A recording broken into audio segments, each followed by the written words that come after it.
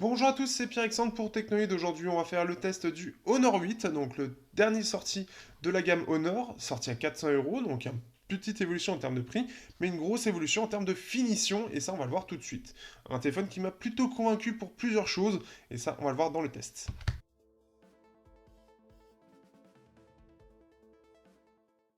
Au niveau du design, on se retrouve avec un téléphone qui est assez bien fini, même très bien fini et très joli, donc avec une tranche en métal, on peut voir, et donc un dos en verre. Comme on peut le voir. On peut voir le lecteur d'empreinte au dos. Alors pour certains, c'est clair que ça peut casser le design qui aurait pu être très bien sans le lecteur d'empreinte au dos et peut-être plus en façade, mais c'est pas dans les habitudes de Huawei.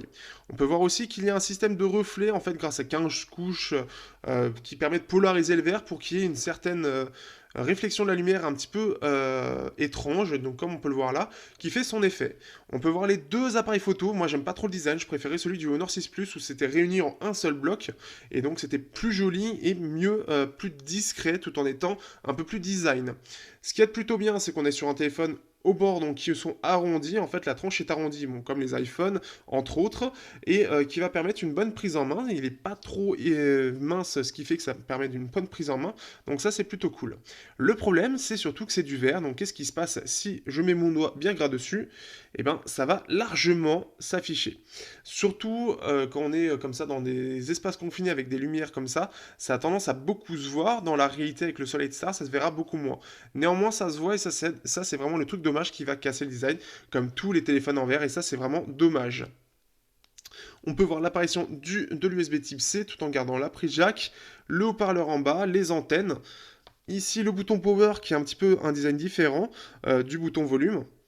Et globalement, c'est vraiment un smartphone qui est très très bien fini et que je trouve très joli, mais le truc c'est que ça a aussi tendance à se rayer, donc n'hésitez pas à trouver des protections pour les protéger. J'ai déjà fait une petite rayure assez jolie ici, et malheureusement en France il n'y a pas encore de protection, donc ce sera forcément via Amazon ou quoi que ce soit, mais c'est en import qui sera disponible des verres trempés entre autres.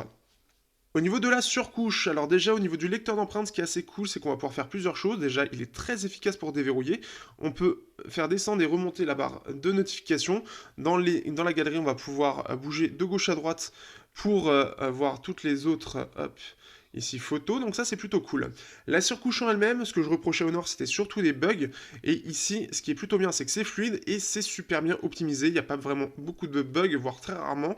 Ça a été corrigé sur les bêtas, et ce qui fait qu'on a une surcouche qui est très bien finie, et ça c'est plutôt cool. Par rapport à Android, par rapport aux autres versions de MUI, depuis 3.0, ça n'a pas réellement évolué. Ce sont des petites retouches qui sont faites à chaque fois, ce qui fait qu'il n'y aura rien de révolutionnaire. Il faudra vraiment attendre EMUI 5 pour avoir un changement.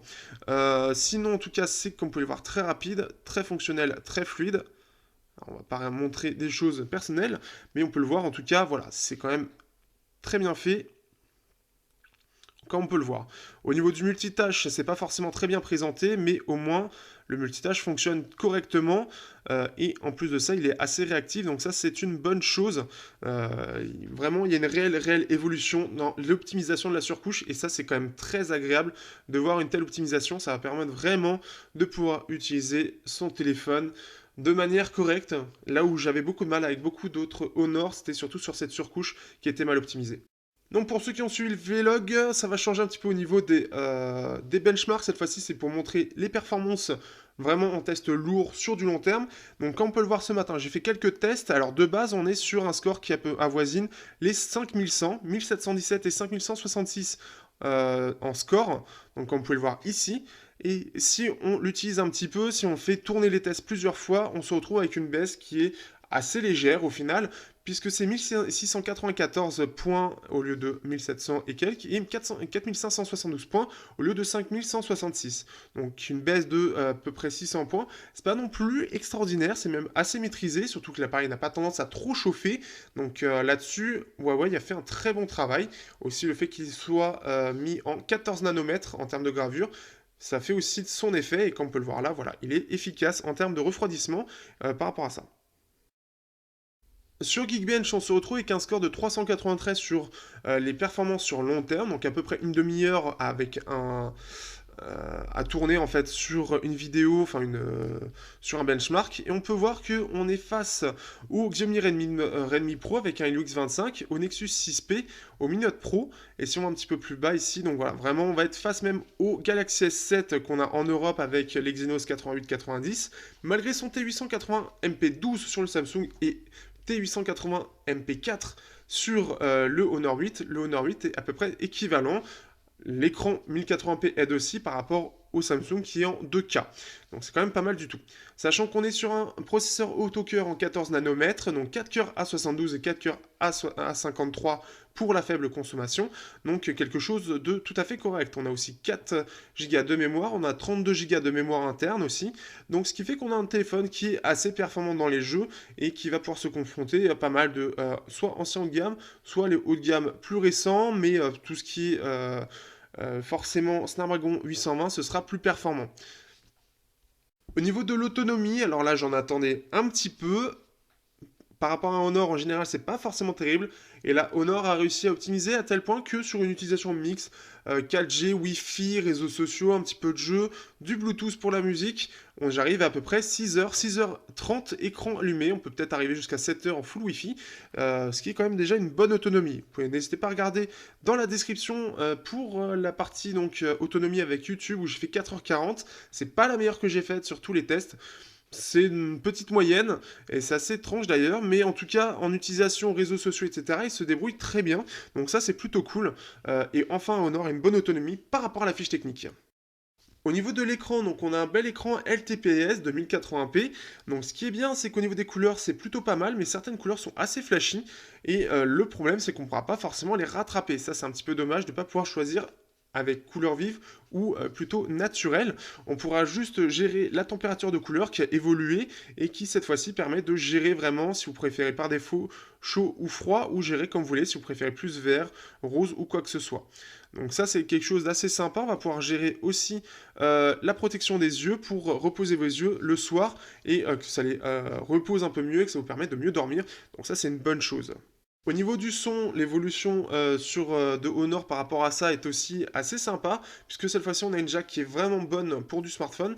Alors elle n'est pas équivalente au Meizu Pro 6, mais elle se défend très bien face à la concurrence. Par contre, n'hésitez pas à enlever le mode DTS casque parce que par contre ça va rien ajouter, au contraire ça va déformer un peu plus le son et ce sera moins naturel, à part sur des enceintes où ce sera un petit peu mieux.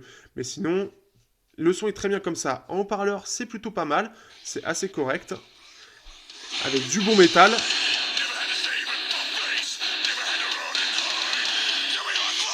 Donc c'est orienté médium, mais en tout cas on a quelque chose d'assez complet, les basses sont assez présentes, les aigus aussi, et c'est plutôt puissant, donc c'est pas mal. Au niveau des photos, donc là ce qui est bien c'est que déjà l'application était largement remaniée, donc ça c'est plutôt cool. On va voir les paramètres à droite et à gauche, tous les modes. On va voir quelques petits modes, donc ici quelques filtres. Quelque chose de classique, mais surtout on va voir le mode ici, mode effet ici, donc on va faire ici un petit test, alors forcément, hop. Mais en gros, hop, ici, ce mode va permettre de gérer en fait le flou qui est en contre-champ. Donc soit avoir quelque chose de net, soit de flou. Et après, on peut choisir si c'est derrière que c'est flou ou si c'est devant. Donc ça, c'est plutôt cool. Derrière, on peut mettre des petits effets. Hop, ici, par exemple, noir. Donc ici, tout autour sera noir et lui sera avec ce blanc cassé. Ou c'est le décor qui sera en couleur et l'objet qui est en noir. Donc ça, c'est plutôt cool. Au niveau des photos en elles-mêmes, donc là vous pouvez regarder l'album partagé en dessous, donc dans la description, hop, partagé Honor 8, et donc j'ai pu faire quelques photos assez sympas, donc les plus équivoques, par exemple on va avoir ici quelque chose d'assez sympa, par contre ça aura tendance à avoir des rouges légèrement pétants, donc ça c'est le seul vrai défaut au niveau des couleurs, c'est que vraiment les rouges ont tendance à être pétants, mais par exemple ici sur cette photo, on a un bon résultat, et on a pas mal de détails, donc c'est pas mal du tout. On sera quand même inférieur à un OnePlus 3. Au niveau des jeux, on se retrouvera avec donc un appareil qui, même si sur le papier, n'a pas la meilleure fiche technique, en jeu, il se sera très bien. Comme on peut le voir sur GFX Bench ou Riptide, il n'y aura pas de souci de fluidité, l'appareil se comportera très bien. Alors que penser de ce Honor 8 qui a fait vraiment une bonne presse, on va dire, pour Honor, puisque là il y a vraiment un réel travail dans le design, ils reprennent un peu les sources du Honor 6, ainsi qu'une réelle évolution sur l'optimisation de la surcouche, et ça c'est quand même très agréable. Honor veut imposer aussi, enfin veut montrer qu'un téléphone à 400 euros peut être aussi bien qu'un téléphone à 500, 600 ou 700 euros. Eh bien, c'est un pari qui est pour moi très réussi puisque justement, il montre qu'un téléphone à 400 euros peut être tout à fait sympa à être utilisé. Ce qui est surtout bien, c'est vraiment l'évolution de Honor par rapport donc à l'appareil en lui-même, avec une qualité qui est à la fois à l'extérieur avec une finition qui est vraiment bonne et de qualité et une optimisation enfin présente. Donc ce qui fait qu'on n'a plus tous les bugs et ça c'est quand même super agréable. Donc c'est un téléphone que j'ai agréablement aimé utiliser, surtout son double capteur est quand même un petit plus sympa puisqu'il va permettre d'utiliser le téléphone pour des petites choses, des portraits ou quoi que ce soit avec son mode effet d'angle, effet grand angle ou tout simplement son appareil en termes de couleur, c'est vraiment sympa, c'est plutôt réussi et donc ce qui fait que vous pouvez faire vraiment des photos sympas.